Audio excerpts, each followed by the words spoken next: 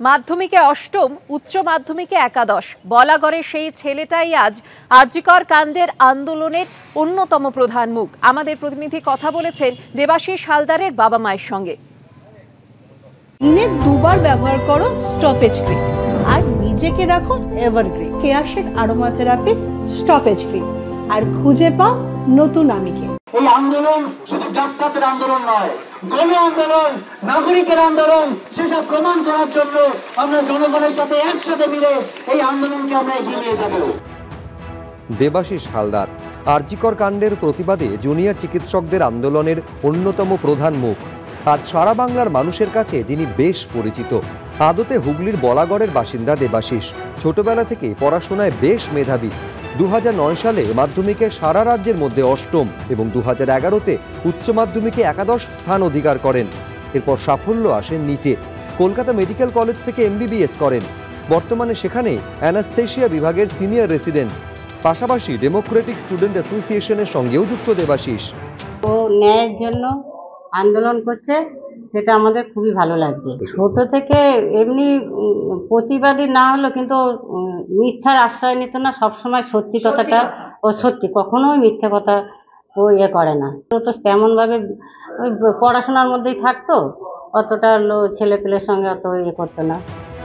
এক তরুণী চিকিৎসককে হাসপাতালের মধ্যে যেভাবে ধর্ষণ ও খুন করা হয়েছে তা মেনে নিতে পারছেন না দেবাশিসের মা বাবাও। সে কথা ভাবতেই চোখে জল চলে আসে তাদের।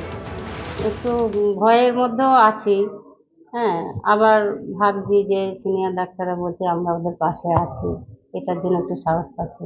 মা হিসাবে আমি চাইছি যে ছেলে যেটা করছে খুবই ভালো কাজ করছে, হ্যাঁ, এইভাবেই লড়ে ও সফল হোক, সেটাই আমি চাই। তার বিচারের জন্য খুবই আমরা চাইছি যে ন্যায্য বিচার হোক। ওকে যেভাবে নৃশংসভাবে মেরেছে, আমি মা হিসাবেই বলছি ও ন্যায্য বিচার যেন পায়।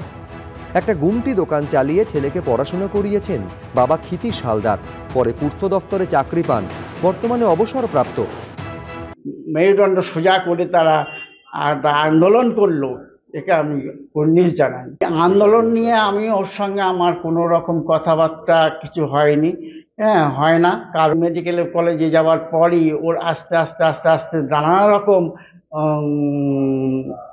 ওইখানকার পরিবেশের উপরে ডিপেন্ড করে আমার মনে হয় তারা এইভাবে প্রতিবাদী হয়ে উঠেছে। আগেও একবার একটা আন্দোলনের মধ্যে জড়িত ছিল, সেখানেও একটা জয় হয়ে একটা বিরাট একটা সাফল্য পেয়েছিল।